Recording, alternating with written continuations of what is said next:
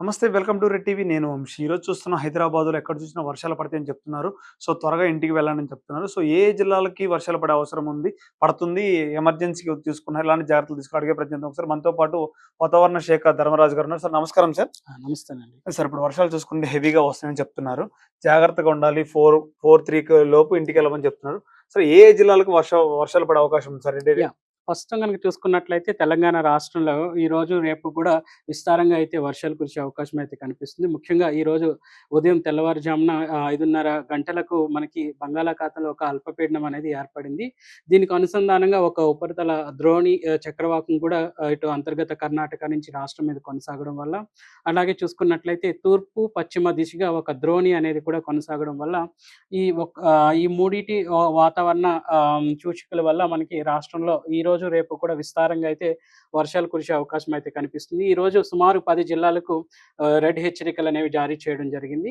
ఇంకా అలాగే 11 జిల్లాలకు ఆరెంజ్ హెచ్చరికలు, అలాగే 12 జిల్లాలకు చూసుకున్నట్లయితే యెల్లో హెచ్చరికలు కూడా జారీ చేయడం జరిగింది. సర్వసాధారణంగా ఈ కలర్ కోడ్స్ అనేవి ఇక్కడ చూసుకున్నట్లయితే వర్ష తీవ్రతను బట్టి ఎప్పుడైతే వర్ష తీవ్రత అధికంగా ఉంటుందో అప్పుడు ఈ యొక్క కలర్ కోడ్ అనేది వాడుతూ ఉంటాము. ఎప్పుడైతే సర్వసాధారణంగా వర్ష తీవ్రత అనేది ఈ యెల్లో కలర్ అనగానే మనకి వర్ష తీవ్రత అనేది 1 సెంటీమీటర్ నుంచి 7 సెంటీమీటర్ల వరకు కూడా నమోదైనప్పుడు గణాంకాలని మనం భారీ వర్ష సూచనల కింద సూచిస్తూ ఉంటాము. సో, ఇక్కడ జిల్లాలుగా చూసుకున్నట్లయితే నిర్మల్, నిజామాబాద్, జగిత్యాల్, పెద్దపల్లి, ఇంకా చూసుకున్నట్లయితే కరీంనగర్, రాజన్న సిరిసిల్ల, అలాగే ఉమ్మడి మహబూబ్‌నగర్ జిల్లాలకు ఉన్నటువంటి మహబూబ్‌నగర్, నారాయణపేట్, వనపర్తి, జోగులాంబ గద్వాల్, నాగర్ కర్నూల్ ఈ యొక్క జిల్లాలకు యెల్లో హెచ్చరికలు. అంటే ఇక్కడ సుమారు చూసుకున్నట్లయితే 1 సెంటీమీటర్ నుంచి 7 సెంటీమీటర్ల వరకు కూడా ఈ యొక్క వర్షపాతం అనేది నమోదయ్యే గణాంకాలుగా ఒక అంచనా వేయడం జరిగింది. అలాగే చూసుకున్నట్లయితే ఇటు ఆదిలాబాద్ గాని, కొమరం భీం, ఆసిఫాబాద్, ఇంకా చూసుకున్నట్లయితే మంచిర్యాల్,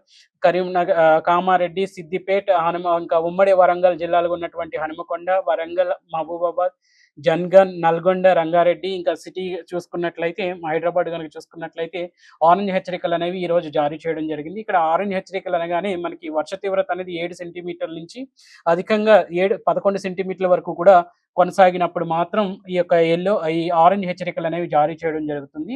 సో, ఇక్కడ ఎక్కడైతే మనం ఆరెంజ్ కలర్ పెట్టామో అక్కడ మనం అంచనా ప్రకారం 7 సెంటీమీటర్ల నుంచి 11 సెంటీమీటర్ల వరకు కూడా వర్ష తీవ్రత అనేది అవుతుందని గణాంకాలు చెప్తున్నాయి. ఇంకా చూసుకున్నట్లయితే ఈ యొక్క ముదురు రంగు కలర్ గనుక చూసుకున్నట్లయితే ఇక్కడ చూసుకుంటే రెడ్ కలర్ అనేది మనకి కనిపిస్తుంది. ముఖ్యంగా ఇటు తూర్పు తెలంగాణ జిల్లాలు, అలాగే మధ్యస్థ జిల్లాలు, ఇంకా చూసుకున్నట్లయితే పశ్చిమ జిల్లాలో ఉన్నటువంటి వికారాబాద్, సంగారెడ్డి, మెదక్, మేడ్చల్, మల్కాజ్గిరితో పాటు యాదాద్రి, భువనగిరి, ఇంకా దక్షిణ జిల్లా సూర్యాపేట్, ఖమ్మం, భద్రాద్రి కొత్తగూడెం, ములుగు, జయశంకర్, భూపాలపల్లి ఈ యొక్క జిల్లాలకు మాత్రం రెడ్ హెచ్చరికలు అనేవి జారీ చేయడం జరిగింది. ఇక్కడ రెడ్ హెచ్చరికలు అనగానే సుమారు మనకు వర్ష తీవ్రత అనేది 21 పైబడి మనకి 21 సెంటీమీటర్ల వరకు కూడా పైబడి వర్షపాతం నమోదైనప్పుడు మాత్రం ఈ యొక్క రెడ్ కలర్ హెచ్చరికలు అనేవి సూచించడం జరుగుతుంది. ఒక విధంగా చూసుకున్నట్లయితే ఈరోజు రాష్ట్రం అంతటా కూడా 10 చోట్ల మనకి రెడ్ హెచ్చరికలు, అలాగే 11 చోట్ల ఆరెంజ్ హెచ్చరికలు, 12 చోట్ల యెల్లో హెచ్చరికలు అనేవి జారీ చేయడం జరిగింది. అంటే రాష్ట్రంలో ఈ ఉన్నటువంటి అల్పపీడన ప్రభావం అయితే ఏంటి, ద్రోణులు గాని, ఇంకా చూసుకున్నట్లయితే ఉపరితల చక్రవాక యొక్క యొక్క తీవ్రత బట్టి ఈ యొక్క వర్ష తీవ్రత అనేది కూడా రాష్ట్రంలో ఈరోజు, రేపు కూడా నెలకొల్పబడుతుంది. రేపు కూడా చూసుకున్నట్లయితే రెడ్ కలర్స్ అనేవి సుమారు 3 జిల్లాలకి ఇవ్వడం జరిగింది. ఇటు వికారాబాద్, సంగారెడ్డి, మెదక్ జిల్లాలకు ఈ యొక్క రెడ్ కలర్ అనేది సూచించడం అనేది జరిగింది. సో, రేపు కూడా ఈ యొక్క వర్ష తీవ్రత అనేది ఈ యొక్క జిల్లాల్లో కొనసాగే అవకాశం కనిపిస్తుంది.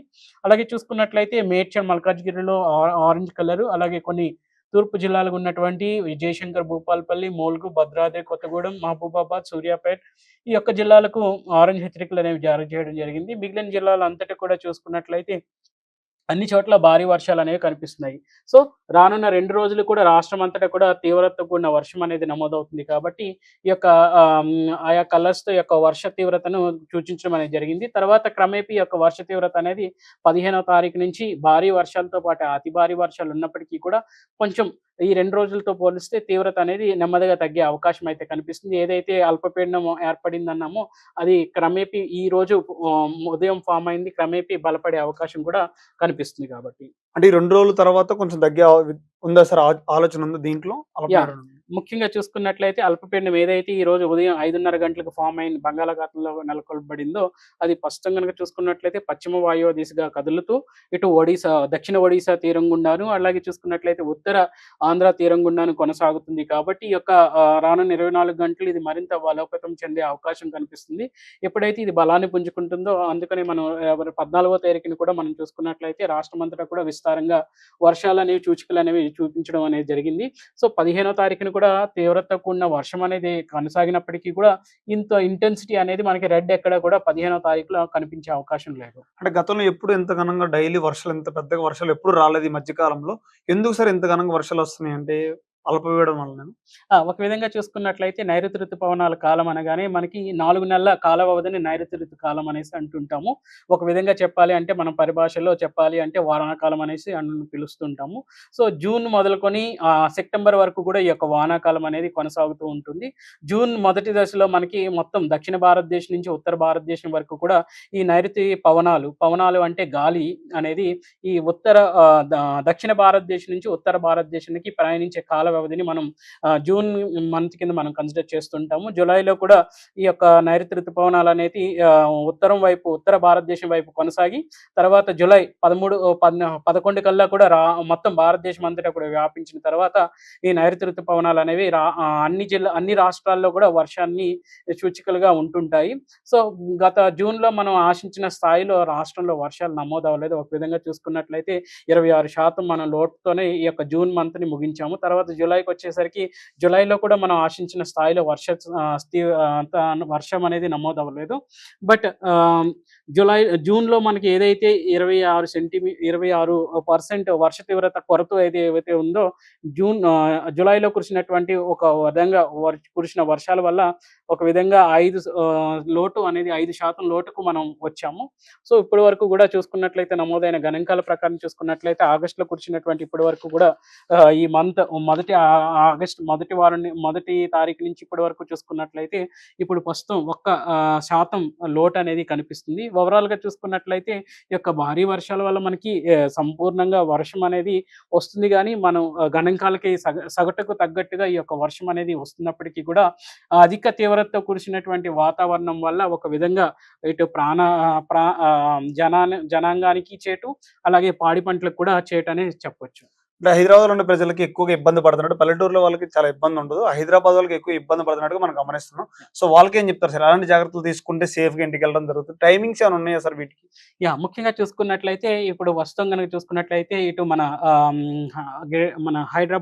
గ్రేటర్ హైదరాబాద్ చూసుకున్నట్లయితే హైటెక్ సిటీ వైపు కొండాపూర్‌లో కూడా విపరీతంగా వర్షం అనేది కురుస్తూ ఉంది. ఒక విధంగా ఈ యొక్క హెచ్చరికలనేవి నిన్ననే ముందస్తుగానే హెచ్చరించడం ద్వారా కొన్ని ట్రాఫిక్ సిబ్బంది గాని, ఇటు సహాయక యంత్రాంగాలు కూడా ఏ ఏ ఏరియాలో అయితే మనకి అధికమైనటువంటి మొత్తంలో మనకి ట్రాఫిక్ నిలిచిపోతుందో ఆ ఏరియాస్ మీద ఫోకస్ చేయడం, అలాగే మనకి లోతట్టు ప్రాంతాలుగా ఉన్నటువంటి సిటీలో లోతట్టుగా ప్రాంతాలుగా ఉన్నటువంటి వాటిని కూడా గుర్తించడం అనేది జరిగింది. సిటీ మొత్తం గ్రేటర్ హైదరాబాద్ అన్ని కూడా 38 బ్లాక్స్ కింద గానీ, సర్కిల్స్ కింద గానీ ఏదైతే సూచిస్తూ ఈ యొక్క 38 బ్లాక్స్‌లో కూడా మనకి చూసుకున్నట్లయితే శేర్లింగంపల్లి గానీ, ఇటు అమీర్పేట్ గానీ చూసుకున్నట్లయితే ఇలా ఒక్కొక్క డివిజన్‌ని చేసుకుంటూ ఏ ఏ ఏరియాలో అయితే మనకి ఎక్కువ వాటర్ అనేది నిలిచిపోతుందో ఈ యొక్క నీటి కుంటల్ని కూడా గుర్తించడం అనేది జరిగింది.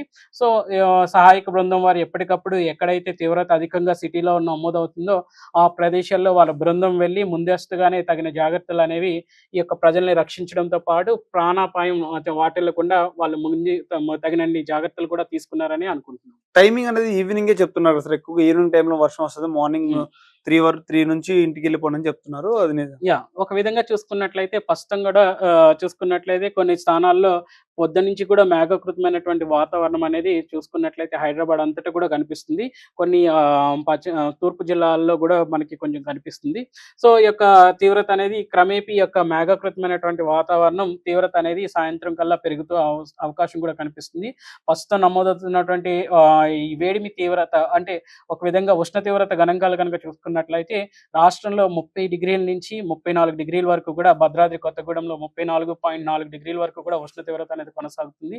సో కొనసాగుతున్నటువంటి ఎండ తీవ్రత వల్ల కూడా మనకి ఇటు ఉరుములు మెరుపులతో కూడినటువంటి వాతావరణంతో పాటు ఈదుడుగాలుల ప్రభావం కూడా రాష్ట్రం మీద గంటకు 40-50 కిలోమీటర్ల మేర ఉండే అవకాశం అయితే కనిపిస్తుంది. కాబట్టి ముందస్తు చర్యలు గాని ఒక విధంగా ఈ ఆయా కార్యాలయాలకు ముందుగానే ఈ యొక్క హెచ్చరికలు జారీ చేయడంతో పాటు ఈ యొక్క ప్రాణ నష్టం వాటిల్లకుండా, అలాగే ఎవరు కూడా ప్రజలు అనేవాళ్ళు సిటీలో ఎవరు కూడా ఇబ్బందులు పడకుండా ముందస్తుగానే ప్రభుత్వం వారు ముందస్తు జాగ్రత్తల చర్యల్లో ఎక్కడైతే రద్దీ ప్రదేశాలు ఉంటాయో ఆ ప్రదేశాల్లో ముందస్తుగానే ఆఫీసులు విడిచిపెట్టడం, అలాగే ఇంటికి సురక్షితంగా చేరుకోవడం, ఏదంటే కార్యాలయాల్లో పని అనేది వర్క్ ఫ్రమ్ హోమ్ చేయగలిగితే వర్క్ ఫ్రమ్ హోమ్ చేయగలగడం, ఇట్లా ఈ యొక్క కొన్ని సహాయక చర్యలతో భాగంగా ఒక ప్రణాళికబద్ధంగా ఎవరు ప్రాణ నష్టం వాటిల్లకుండా ఇట్లాంటి ప్రణాళికలు రూపొందించారు. Thank you sir, thank you so much.